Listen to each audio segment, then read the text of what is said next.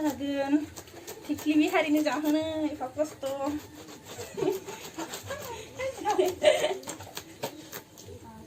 थिख्लि बिहारिनो जाहोनो जै मैदेरनि बोलो जै होबाय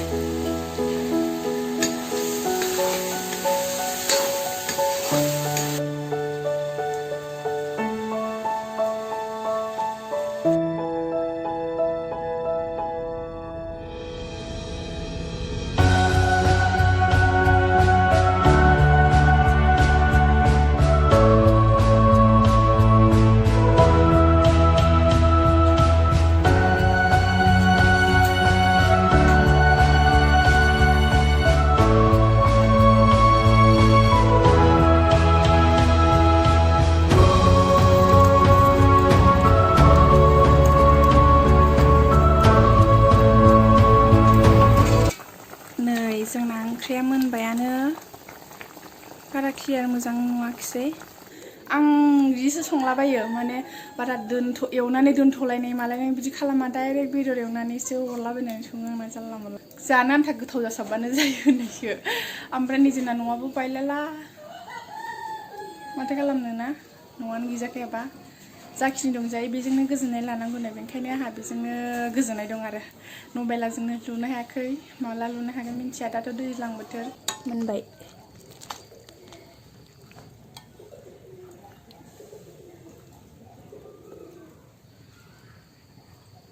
जानाय नायनोसै